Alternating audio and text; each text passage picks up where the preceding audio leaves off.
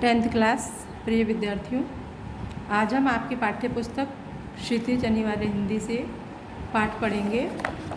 गद्य भाग निकाल लीजिए।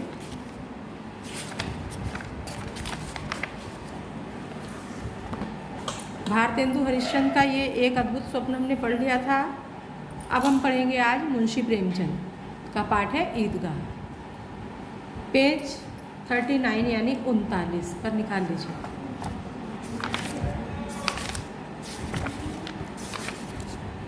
हाँ तो बच्चों देखिए,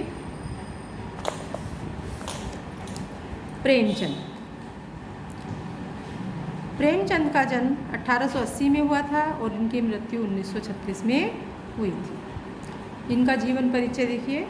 हिंदी जगत में कलम के सिपाही के नाम से मशहूर माने प्रसिद्ध मुंशी प्रेमचंद का जन्म वाराणसी जिले के लम्ही गांव में हुआ था। उनका मूल नाम धनपत राय था। सरकारी नौकरी से त्यागपत्र देने के बाद उन्होंने अपना सारा जीवन लेखन कार्य के प्रति समर्पित कर दिया। प्रेमचंद उर्दू में नवाब राय के नाम से लेखन कार्य करते थे। उपन्यास के क्षेत्र में उनके योगदान को देखकर बंगाल के विख्यात उपन्यासकार शरतचंद्र चट्टोपाध्याय ने उन्हें उपन्यास सम्राट कहकर संबोधित किया था। तो हिंदी जगत में कलम के सिपाही यानी एक लेखों में इन्हें कलम के सिपाही के नाम से जाना जाता था। मुंशी प्रेमचंद का जन्म कहाँ हुआ था? वाराणसी जिले के लम्ही नामक ग्राम में। इनका मूल नाम क्या था बच्चों? धनपत राय। इन्होंने सरकारी नौकरी से त्यागपत्र दे दिया था और अपना सारा जीवन इन्होंने लेखन कार्य में ही समर्पित किया था। प्रेमचंद उर्दू में नवाब राय के नाम से लेखन कार्य क्या करते थे? उर्दू में किस नाम से करते थे? नवाब राय के नाम से। और उपन्यास के क्षेत्र में उनको देखकर बंगाल के विख्यात उपन्यासकार ने इन्हें शरद चट्टोपाध्याय के नाम से उपन्यास सम्राट कहकर संबोधित किया। ये उपन्यासकार एक महान उपन्यासकार थे। इन्हें उपन्यास सम्राट की उपाधि दी गई। तो देखिए, मूल नाम क्या था इनका? धनपत राय। और नवाब राय के नाम से लेखन कार्य करते थे ये उर्दू में, और फिर इनको उपन्यास सम्राट की उपाधि दी गई। ठीक है, आगे देखें। प्रेमचंद ने अपने साहित्य में किसानों, दलितों, नारियों की वेदना और वर्ण व्यवस्था की कुरीतियों का मार्मिक चित्रण किया है। इन्होंने जो अपने लेख लिखे हैं इसमें किसानों की दुर्दशा, किसानों के पर क्या बीत रही थी उस समय, दलित जो होते हैं उनकी दुर्दशा, नारियों का दुख, नारियों की वेदना और वर्ण व्यवस्था जो जाति पाति भेदभाव की कुरीति थी, इस पर इन्होंने मार्मिक का मतलब होता है मर्म, मन को छू जाने वाले। मार्मिक यानी ऐसे थे कि वो मन को एकदम छू जाते थे इनके लिखे हुए लेख। उन्होंने समाज सुधार और राष्ट्रीय भावना से ओतप्रोत अनेक उपन्यासों और कहानियों की रचना की है। ये समाज सुधारक थे, एक श्रेष्ठ अच्छे समाज सुधारक थे और राष्ट्रीय भावना से परिपूर्ण थे। ओतप्रोत का मतलब इनमें पूर्ण रूप से भरी हुई, परिपूर्ण। इन्होंने उपन्यास और कहानियों की रचना की। कथा संगठन, चरित्र चित्रण, कथोपकथन आदि की दृष्टि से उनकी रचनाएं बेजोड़ हैं। बेजोड़ यानी इसका कोई जोड़ नहीं है। उनकी भाषा सजीव है, मुहावरेदार है और बोलचाल के निकट है। हिंदी भाषा को लोकप्रिय बनाने में उनका विशेष योगदान रहा है। प्रेमचंद का पहला कहानी संग्रह है सोजे वतन नाम से आया। जो इन्होंने सबसे पहला अपना कहानी संग्रह लिखा वो आया सोजे वतन, जो कब प्रकाशित हुआ? 1908 में। जो 1908 में प्रकाशित हुआ। सोजे वतन यानी देश का दर्द। सोजे वतन का अर्थ होता है देश का दर्द। देशभक्ति से ओतप्रोत होने के कारण इस पर अंग्रेजी सरकार ने रोक लगा दी। जो इन्होंने लिखा था ये सोजे वतन, तो ये देशभक्ति से परिपूर्ण था। उस समय स्वतंत्रता आंदोलन चल रहा था, तो अंग्रेजों का ही शासन था, तो अंग्रेजी सरकार ने इस पर रोक लगा दी और लेखक को भी भविष्य में इस तरह का लेखन न करने की चेतावनी दी। इसके कारण उन्हें नाम बदलकर लिखना पड़ा। मरने के उपरांत उनकी कहानियाँ मानसरोवर नाम से 8 खंडों में प्रकाशित हुई हैं। तो इन्होंने जब अंग्रेज़ों ने इनके लेखन को रोक दिया तो इन्होंने अपना नाम बदल करके लेखन कार्य शुरू कर दिया। तो मरने के उपरांत जो है इनकी मानसरोवर नाम से 8 खंडों में प्रकाशित हुई ये कहानी। अब इनकी कृतियाँ क्या क्या हैं?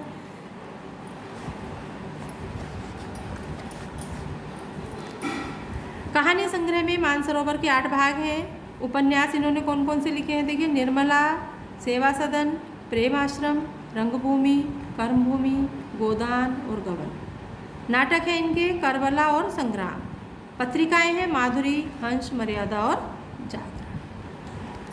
पाठ परिचय जो हम पाठ पढ़ेंगे ईदगाह, उसमें क्या पढ़ेंगे आप? देखिए, ईदगाह मुंशी प्रेमचंद की बाल मनोविज्ञान की चरितार्थ करने वाली एक प्रतिनिधि कहानी है।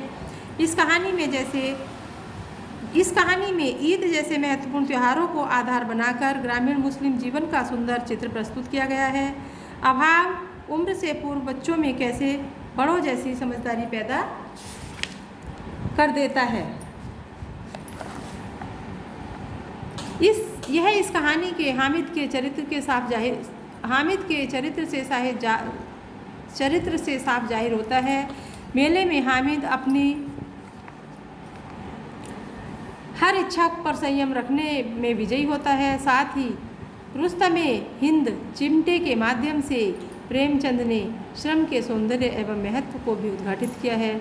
चित्रात्मक भाषा की दृष्टि से भी यह कहानी अनूठी है। इस ईदगाह कहानी में एक मुस्लिम परिवार के गरीब लड़के की कहानी आप पढ़ेंगे बच्चों कि उस समय ऐसी दरिद्रता थी, या दरिद्रता जो है बच्चे को अपने पर कितना मतलब विजय हासिल कर लेता है। बच्चा समय से पहले जो है परिपूर्ण हो जाता है। उस छोटे से बच्चे में कैसी समझदारी पैदा हो गई है ना, वो इस कहानी के माध्यम से हामिद का चरित्र आप जानेंगे। तो देखिए, पढ़ते हैं हम कहानी आगे। ईदगाह प्रस्तुत कहानी जो है मुंशी प्रेमचंद द्वारा लिखित एक इस्लाम धर्म को मानने वाले एक परिवार की है, यानी मुस्लिम परिवार की है। तो उसमें क्या है, एक बच्चा है, उसके चरित्र का इसमें वर्णन है। तो इस्लाम धर्म को मानने वाले ईद को आने पर कितने प्रसन्न होते हैं, है ना। तो रमज़ान आप जानते हो, रमज़ान के पूरे 30 दिन रोज़ों के बाद ईद आई, यानी रमज़ान या जैसे व्रत रखते हैं इस तरह से ये 30 दिन तक जो है इस्लाम धर्म के लोग जो है 30 दिन तक जो है व्रत रखते हैं। तो 30 दिन पूरा होने के बाद आज त्यौहार किसका? ईद का आया है। कितना मनोहर, कितना मन को हरने वाला, सुंदर, कितना सुहावना प्रभात है। प्रभात माने प्रातःकाल, यानी आज ईद है, प्रातःकाल के दृश्य का इसमें वर्णन है। कितना मनोहर है, मन को हरने वाला है, कितना सुहावना है। वृक्षों पर बहुत अजीब सी हरियाली है, सभी में प्रसन्नता है, रौनक है।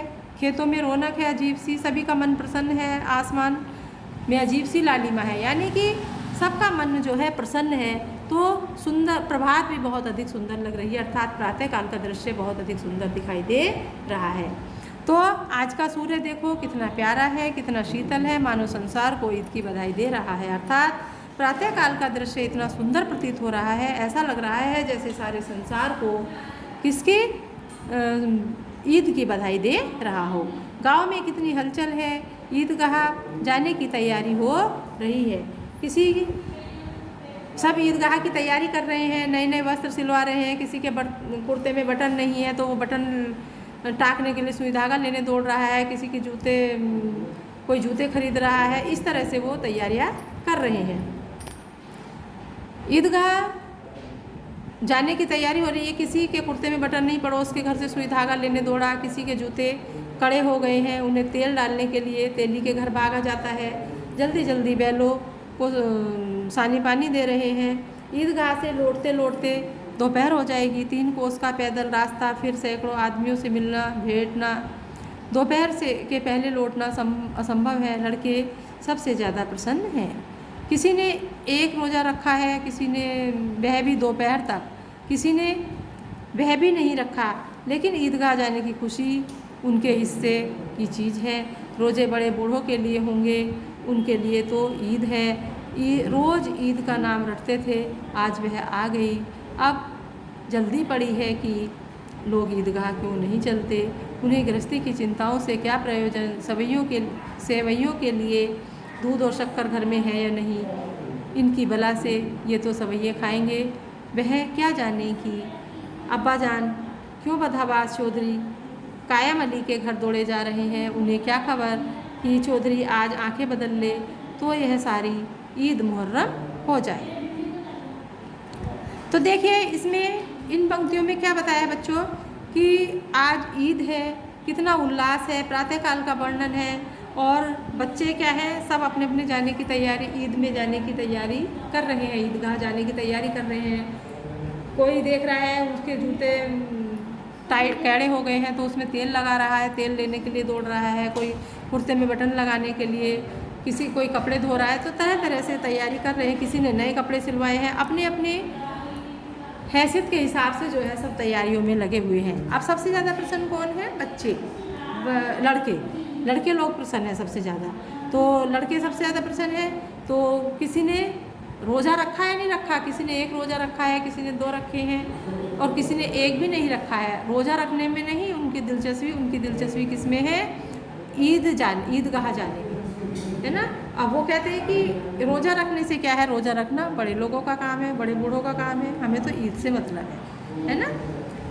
तो ईद इस प्रकार से जो है ईद की तैयारी कर रहे हैं। इन बालकों को, इन बच्चों को ये नहीं पता है कि इनके माता पिता क्या क्या कर रहे हैं, उनके पास पैसा है या नहीं है, कपड़ों के लिए है या नहीं है, वो कैसे इंतज़ाम कर रहे हैं, वो किसके अपने जो चौधरी मतलब इनका पैसा मांगने के लिए, उधार मांगने के लिए जा रहे हैं, जैसे कायम अली के घर दौड़े जा रहे हैं। बच्चों को पता ही नहीं कि वो चौधरी आँख बदल दे तो पैसा ना दे, मान लिया चौधरी उनको, तो सारी ईद क्या है, मुहर्रम बन जाएगी। लेकिन बच्चे ये नहीं जानते, उनकी अपनी जेब में तो कुबेर का धन भरा हुआ है, यानी प्रसन्नता इतनी है कि ये खरीदेंगे, वो खरीदेंगे, कई जो है इस प्रकार से सपने जुटाए हुए हैं, अर्थात जैसे कि उनकी जेब में कुबेर का धन भरा हुआ हो, सब कुछ खरीद लेंगे वो, है ऐसा बच्चों को लग रहा है।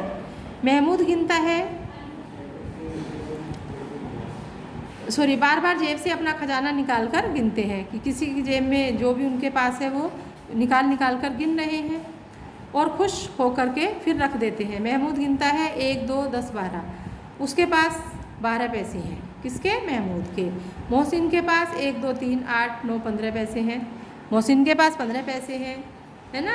इन्हीं अनगिनत पैसों में अनगिनती चीज़ें लाएंगे, यानी यही इनके पास पैसे हैं और इन्होंने बहुत सारी चीज़ें लाने के लिए सोच रखी हैं कि ये लाएंगे। कोई कहता है मिठाइयाँ लाएंगे, खिलौने लाएंगे, बिगुल लाएंगे, गेंद, न जाने क्या क्या सामान उन्होंने खरीदने की सोच रखी है और वो बहुत अधिक प्रसन्न हैं। कौन? सभी लड़के, अपने अपने जो मित्र दोस्त हैं वो सभी अपने अपने पैसे दिखा रहे हैं और सभी प्रसन्न हैं। लेकिन हामिद, वह 4-5 साल का गरीब सूरत दुबला पतला लड़का है। हामिद एक 4-5 साल का बच्चा है, गरीब है, गरीब सूरत है उसकी, गरीब है, दुबला पतला है, जिसका बाप गत वर्ष हैजे की भेंट हो गया, यानी उसके पिता नहीं है, मृत्यु हो गई है, और माँ ना जाने क्यों पीली होती होती एक दिन मर गई। अर्थात हामिद के माता पिता नहीं हैं, किसी को पता न चला कि क्या बीमारी थी, वो कहते कहते यानी उसकी माता नहीं है। कहती भी थी कौन सुनने वाला, दिल पर जो कुछ बीतती वह दिल में ही सहती थी, और जब ना सहा गया तो संसार से विदा हो गई। अब हामिद अपनी बूढ़ी दादी अमीना की गोद में सोता है। अब हामिद की कौन है? एक बूढ़ी दादी है और उन्हीं की गोद में सोता है और उतना ही प्रसन्न है। उसके अब्बा जान रुपए कमाने गए हैं, बहुत सी थैलियाँ लेकर आएंगे, बहुत अधिक प्रसन्न है वो, जैसे कि उसके अब्बा जान हैं, है ना, वो कमाने गए हैं और बहुत सारे रुपए लेकर के आएंगे। उसको ये नहीं पता है कि उसके पास पैसा नहीं है, वो इनके बराबर खुशियाँ नहीं ले कर सकता, लेकिन फिर भी वो उल्लास है उसमें भरा हुआ, फिर भी हिम्मत है। अम्मी जान अल्लाह मियाँ के घर से उसके लिए बड़ी अच्छी अच्छी चीज़ें लेने गई हैं, इसलिए हामिद प्रसन्न है। यानी हामिद ये नहीं जानता कि उसके माता पिता नहीं है, तो उसको ऐसा लग रहा है कि उसकी अम्मी जान कुछ लेके आएंगी, पिता कहीं से कमा के लाएंगे, है ना, वो बहुत प्रसन्न है। कौन? हामिद। आशा तो बड़ी चीज़ है। और फिर बच्चों की आशा, उनकी कल्पना तो राई का पर्वत और पर्वत को राई बना देती है ना। उनकी कल्पना, बच्चों की कल्पना तो राई का पर्वत बना देती है। हामिद के पाँव में जूते नहीं हैं, सिर पर पुरानी धुरानी टोपी है जिसका गोटा काला पड़ गया है, फिर भी वह प्रसन्न है। जब उसके अब्बा जान थैलियाँ और अम्मी जान नियामतें लेकर आएंगी तो वह दिल के अरमान निकाल लेगा। वह देखेगा महमूद, मोहसिन, नूरे और सम्मी कहाँ से उतने पैसे निकालेंगे। अभागिन अमीना अपनी कोठरी में बैठी रो रही है। अमीना कौन है? उसकी दादी। अपने बच्चे की ऐसी दशा देख करके वो रो रही है। आज ईद का दिन क्यों रो रही है अमीना? अमीना इसलिए रो रही है कि उसका बच्चा भी उन बच्चों के साथ देख रहा है, खड़ा है, और वो भी बड़े बड़े मंसूबे अपने बना रहा है, लेकिन अभागिन यानी अमीना के पास पैसा नहीं है जो अपने बच्चे की ये इच्छा पूरी कर दे। तो अमीना क्यों रो रही है कोठरी में बैठ के? इसीलिए वो कोठरी में बैठ कर के रो रही है। आज ईद का दिन उसके घर में दाना नहीं है। किसके? अमीना के। आज आबिद होता तो क्या इसी तरह ईद आती? आबिद यानी उसका, यदि हामिद का पति होते तो वो हामिद के पिता होते तो ईद उनकी शायद अच्छी हो जाती और चली जाती। इस अंधकार और निराशा में वह डूबी जा रही है, यानी अपने पुत्र और को याद करके रो रही है। और उसके गरीब है, उसके पास कुछ भी नहीं है। वह देख रही है कि ईद में वो क्या करेगी। किसने बुलाया था इस निगोड़ी ईद को? और ईद को कोस रही है कि इस ईद को क्यों आई है, ये ईद नहीं आती तो अच्छा था। इस घर में उसका काम नहीं, लेकिन हामिद को कोई चिंता नहीं है। उसे किसी के जीने मरने की कोई परवाह नहीं है। उसके अंदर प्रकाश है, बाहर की आशा है। विपत्ति अपना सारा दल बल लेकर आए, हामिद की आनंद भरी चितवन उसका विध्वंस कर देगी। हामिद भीतर जाकर दादी से कहता है, तुम डरना नहीं अम्मा, मैं सबसे पहले आऊँगा, बिल्कुल ना डरना।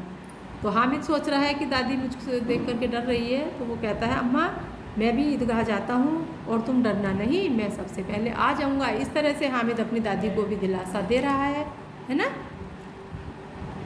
अमीना का दिल कचोट रहा है अंदर से, यानी दुखी हो रहा है कि छोटा सा बच्चा है, कैसे जाएगा, इसके पास पैसा भी नहीं है, सब बच्चे अपने अपने बाप के साथ जाएंगे। इस तरह से करके अमीना जो है उसका दिल जो है वो बहुत अधिक दुख रहा है।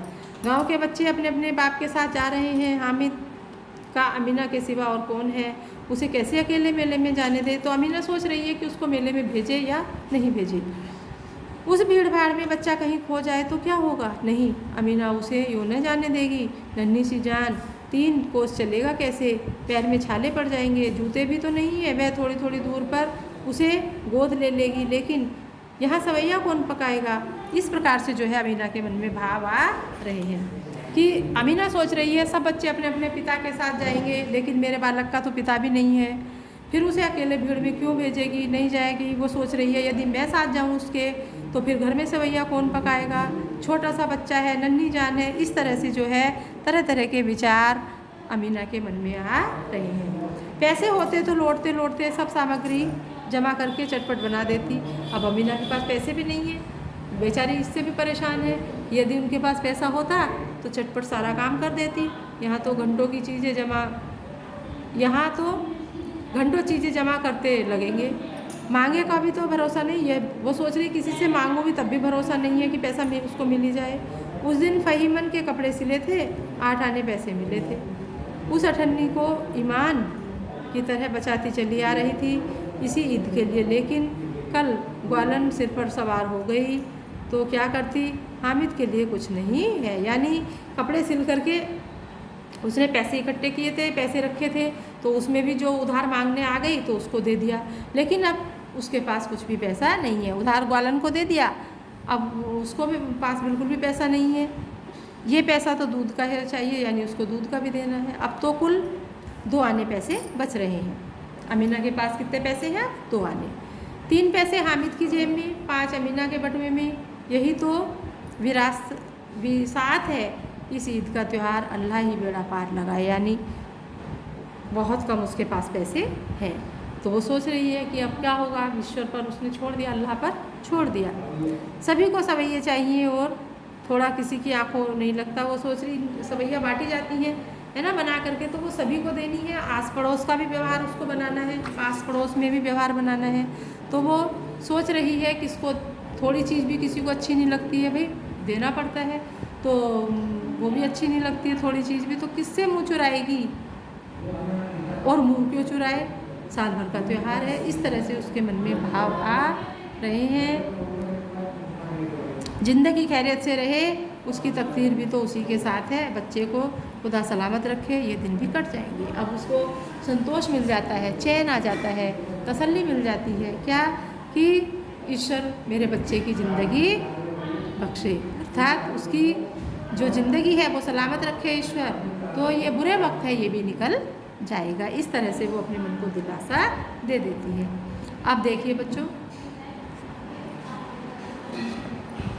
गांव से मेला चला और बच्चों के साथ हामिद भी जा रहा था। कभी सबके साथ दौड़कर आगे निकल जाते, फिर किसी पेड़ के नीचे खड़े होकर साथ वालों का इंतज़ार करते। ये लोग क्यों इतना धीरे धीरे चल रहे हैं, हामिद के पैरों में तो जैसे पर लग गए हों। यह कभी थक सकता है, शहर का दामन आ गया। सड़क के दोनों ओर अमीरों के बगीचे हैं, पक्की चारदीवारी बनी हुई है। पेड़ों में आम और लीची आने लगी हैं। कभी कभी कोई लड़का ककड़ी उठाकर आम पर निशाना लगाता है। माली अंदर से गाली देता हुआ निकलता है। लड़के वहाँ से एक फरलांग पर हैं, खूब हंस रहे हैं। माली को जैसे उल्लू बनाया है। यानी सब बच्चे जब एक साथ हो जाते हैं तो मौज मस्ती करते ही हैं। तो लड़के सब एक साथ चल रहे हैं मौज मस्ती करते हुए, है ना। तो क्या करते हैं, कभी दौड़ करके सब आगे निकल जाते हैं एक साथ, कभी कोई पीछे रह जाता है, कभी एक पेड़ के नीचे खड़े हो जाते हैं, एक दूसरे का इंतज़ार करते हैं। इस तरह से जा रहे हैं और हामिद भी उनके साथ ही जा रहा है। हामिद के पैरों में जैसे पर लग गए हैं। हामिद भी बहुत प्रसन्न है, ऐसा लग रहा है कि जैसे उसके पैरों में पंख लगा करके उड़ रहा हो। वह कभी थक सकता है, थका नहीं है। और धीरे धीरे क्या है, शहर का छोर आ गया, जो शहर को में पहुंचने ही वाले हैं। तो सड़क के दोनों ओर अमीरों के बगीचे हैं। शहरों में पक्की चारदीवारी बनी हुई है ना। तो अब वो शहर का दृश्य है और आम के ये पेड़ों में आम और लीचियाँ लगी हुई हैं। कभी कभी कोई लड़का फल तोड़ लेता है वहाँ से, अंदर से माली आता है देखता हुआ। जब बच्चे जैसे शरारत करते हैं वो वैसा सब बच्चे कर रहे हैं। माली अंदर से गाली देता हुआ आता है तो लड़के वहाँ से जो है दौड़ खड़े होते हैं और खूब हंसते हैं कि माली को उल्लू बना दिया, है ना। इस तरह से बच्चे हंसी मजाक कर रहे हैं और मस्ती कर रहे हैं। अब देखिए आगे क्या होता है।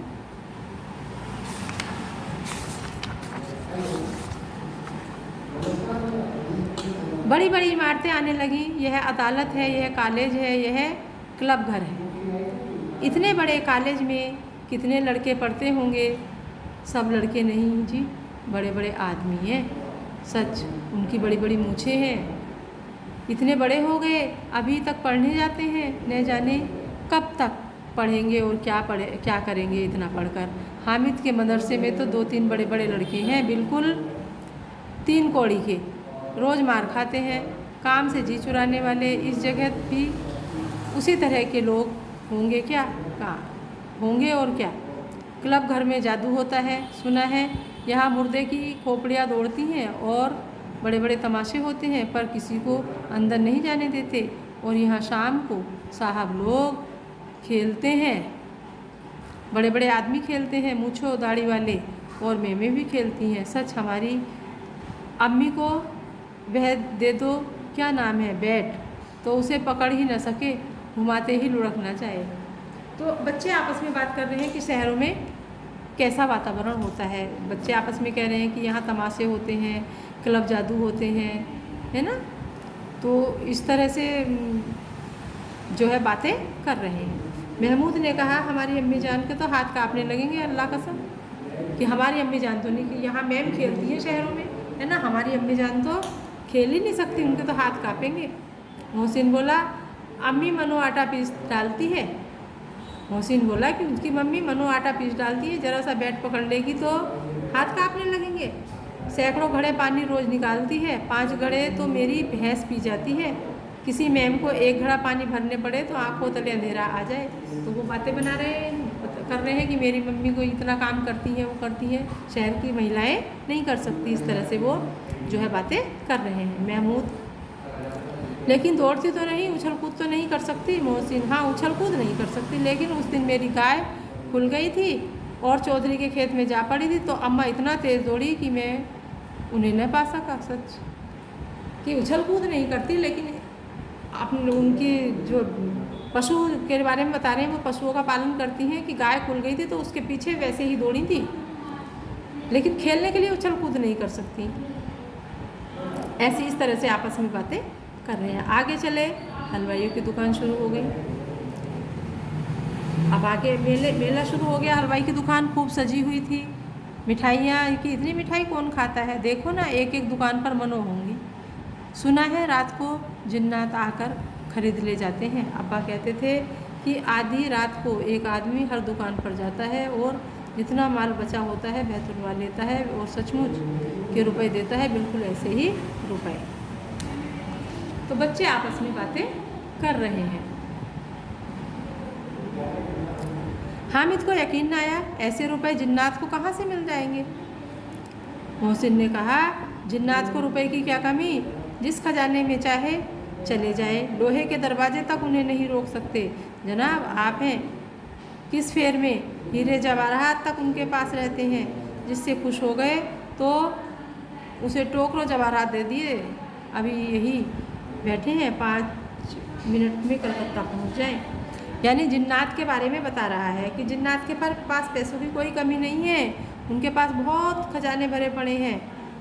किसी दरवाजे पर कोई भी उनके लोहे के दरवाजे भी नहीं रोक सकते, जहाँ से चाहे जिन्नात वहाँ से उठा करके वही ला सकता है। हीरे जवाहरात हमेशा उनके पास रहते हैं, है ना। इस तरह से वो जिन्नात के बारे में बता रहे हैं। हामिद ने फिर पूछा, जिन्नात बहुत बड़े बड़े होते होंगे। मोहसिन ने, एक एक आसमान के बराबर होता है। ज़मीन पर खड़ा हो जाए तो उसका सिर आसमान में जा लगे, मगर चाहे तो एक लोटे में घुसा रह जाए। कि जिन्नात ऐसा होता है कि आसमान के बराबर होता है। बच्चे मतलब कैसी बातें कर रहे हैं देखिए। और ज़मीन पर खड़ा हो जाए तो उसका सिर आसमान में जा लगे, और अगर वो चाहे तो एक लोटे में घुस जाए। यानी वो कह रहे हैं कि जिन्नात कुछ भी कर सकता है, वो छोटा भी हो सकता है, बड़ा भी हो सकता है ना।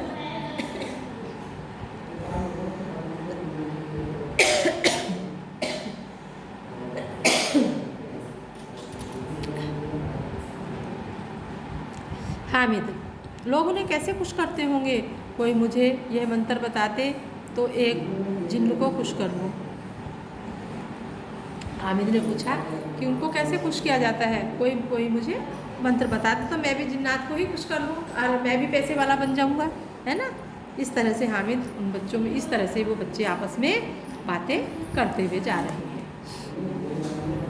अब देखिए मोहसिन, अब यह तो मैं नहीं जानता, लेकिन चौधरी साहब के काबू में बहुत से जिन्नात हैं। कोई चीज़ चोरी हो जाए, चौधरी साहब उसका पता लगा देंगे और चोर का नाम भी बता देंगे। जुमराती का बछवा एक दिन खो गया था, 30 दिन हैरान हुए, कहीं न मिला। तब झक मारकर चौधरी के पास गए। चौधरी ने तुरंत बता दिया, मवेशी खाने में है, और वही मिला। जिन्नात आकर उन्हें सारे जहान की खबरें दे जाती हैं। यानी इसमें किस बात को बताया गया है कि पैसे वाला है चौधरी को, ना एक पैसे वाला आदमी है, वो सब कुछ जानता है, सभी उसको मानते हैं, है ना। तो हाँ, या इसीलिए उसको सारे जहान की खबरें रहती हैं। अब उसकी समझ में आ गया कि चौधरी के पास इतना धन है और क्यों उसका इतना सम्मान है। भाई पैसे वाला है तो सम्मान किया जाएगा, सभी मानेंगे, पैसे वाले का सम्मान तो सभी करते हैं, है ना। आगे चले, यह पुलिस लाइन है। अब और आगे बढ़े, पुलिस लाइन आ गई। यही सब कानिस्टेबल कवायद करते हैं, रेटन फाइफो रात को बेचारे घूम घूम कर पहरा देते हैं, नहीं चोरियां हो जाए। तो ये पुलिस लाइन में होता है ना। वहाँ सब रात को कोई चोरी ना हो, घूम घूम करके पहरा देते हैं। मोहसिन ने प्रतिवाद किया, यह कानिस्टेबल पहरा देते हैं, तभी तुम बहुत जानते हो अजी हजरत, ये चोरी कराते हैं। शहर के जितने चोर डाकू हैं सब इनसे मिले रहते हैं। रात को ये लोग चोरों से कहते हैं चोरी करो, और आप दूसरे मोहल्ले में जाकर जागते रहो को पुकारते हैं। तो अब बच्चों में कौन सा बातें हो रही हैं, कौन सी विवाद हो रहा है। पुलिस लाइन में गए तो पुलिस वालों पर उन्होंने व्यंग कसना शुरू कर दिया कि ये पुलिस वाले तो ऐसे होते हैं कि चोर डाकुओं से मिले रहते हैं, है ना, जिसे चाहे उसकी चोरी करवा देते हैं। चोर से कहते हैं चोरी कर ला, और दूसरे जाकर के कहते हैं जागते रहो भैया, सोना नहीं है ना। इस तरह से ये पुलिस वाले जो है चोरों से मिल कर के चोरी करवाते रहते हैं। जब भी इन लोगों के पास इतना रुपया आते हैं, है ना। मेरे मामू एक थाने में कांस्टेबल है। अब कौन कहता है, दूसरा बालक कहता है ये कि मेरे मामा भी एक थाने में पुलिस कांस्टेबल हैं, 20 रुपये महीना पाते हैं, लेकिन 50 रुपये घर भेजते हैं। उनकी तनख्वाह तो 20 रुपये है और भेजते 50 रुपये, अर्थात पुलिस वालों की रिश्वत पर इन्होंने व्यंग कर रहे हैं बच्चे यहाँ। अल्लाह कसम, मैंने एक बार फिर पूछा मामू आप इतने पैसे कहाँ से लाते हैं। हंसकर कहने लगे बेटा अल्लाह देता है। फिर आप ही बोले हम लोग चाहें तो एक दिन में लाखों मार लाएं, हम तो इतना ही लेते हैं जिसमें हमारी बदनामी ना हो और नौकरी पे ना जाए। अर्थात बच्चे आपस में व्यंग कर रहे हैं पुलिस वालों की रिश्वतखोरी पर, है ना। हामिद ने पूछा यह लोग चोरी करवाते हैं तो उन्हें कोई पकड़वाता नहीं। मोहसिन उसकी नादानी पर दया दिखाकर बोला अरे पागल, इन्हें कौन पकड़ेगा, पकड़ने वाले तो ये खुद ही हैं। कौन पकड़ता है, पुलिस, और पुलिस ही पकड़वाने वाली होती है तो कौन पकड़ेगा, कोई नहीं पकड़ेगा, है ना। तो ये तो खुद ही पुलिस वाले हैं, यही चोरी करते तो किसको पकड़ेंगे। लेकिन अल्लाह इन्हें सज़ा भी खूब देता है, हराम का माल हराम में जाता है। थोड़े ही दिन हुए मामू के घर में आग लग गई, सारी लेई पूंजी जल गई, एक बर्तन तक ना बचा। कई दिन पेड़ के नीचे सोए, अल्लाह कसम पेड़ के नीचे, फिर न जाने कहाँ कहाँ से 100 कर्ज लाए और बर्तन भांडे लाए। फिर कहते हैं कि रिश्वत का पैसा जो है नहीं इस्तेमाल करना चाहिए, चोरी किया हुआ पैसा, रिश्वत किया हुआ पैसा वैसे ही खर्च हो जाता है। अपने मामा का उदाहरण दे करके वो बताता है। हामिद 150 से ज़्यादा होंगे, ज़्यादा होते हैं, 100 तो 50 से ज़्यादा होते हैं। अरे कहाँ 50 कहाँ 100, 50 एक थैली में भरा होता है, 100 तो 2 थैलियों में भी न आए हैं। तो आपस में इस तरह से बातें कर रहे हैं। बालक का जितना होता है बालक उतनी बातें कर रहे हैं। देखो अब बस्ती घनी होने लगी, ईदगाह जाने की टोलियां नजर आने लगी। एक से एक भड़कीले वस्त्र पहने हुए, कोई के तांगे पर सवार, कोई मोटर पर, सभी इत्र में बसे, सभी के दिलों में उमंग। ग्रामीणों का एक छोटा सा दल अपनी विपन्नता से बेखबर संतोष और धैर्य में मगन चला जा रहा था। बच्चों के लिए नगर की सभी चीज़ें अनोखी हैं थी, जिस चीज़ की ओर ताकते ताकते रह जाते और पीछे से बराबर हॉर्न की आवाज़ होने पर भी न चेतते। हामिद तो मोटर के नीचे जाते जाते बचा। अब देखिए, अब चलते चलते घनी बस्ती आने लगी। ईदगाह जाने वालों की और भी टोलियाँ इधर उधर से आकर के ईदगाह के मेन रास्ते पर वो पहुंच गए। तो जो टोलियाँ इधर उधर से आ रही थी वो सभी टोलियाँ जो है एक साथ होने लगी और भीड़ बढ़ने लगी, और सभी ने भड़कीले वस्त्र पहने हुए थे। कोई इक्के पर सवार था, कोई मोटर पर सवार था, कोई तांगे पर सवार था, कोई बस पर सवार था। सभी इत्र में बसे, यानी सभी ने इत्र लगा रखा था, बहुत अधिक खुशबू आ रही थी, है ना। ग्रामीणों का एक छोटा सा दल अपनी विपन्नता से बेखबर, वो जानते नहीं थे वो विपन्न है ना, मतलब निर्धन है, उससे बेखबर, लेकिन फिर भी संतोष था, उनके मन में धैर्य था और प्रसन्न होकर के आगे बढ़ रहे थे।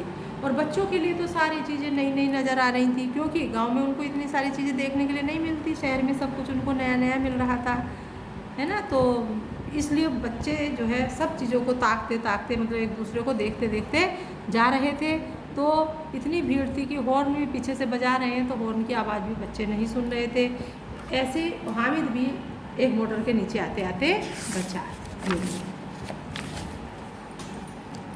सहसा ईदगाह नज़र आया, अचानक ईदगाह नज़र दिखाई देने लगा, नज़र आ गया। ऊपर इमली के घने वृक्षों की छाया, नीचे पक्का फर्श, जिस पर जाजिज बिछा हुआ था और रोजेदारों की पंक्तियाँ एक के पीछे एक न जाने कहाँ तक चली गई थी, पक्की जगत के नीचे तक, जहाँ जाजिम भी नहीं थी। नए आने वाले आकर पीछे की कतार में खड़े हो जाते, आगे की जगह नहीं थी।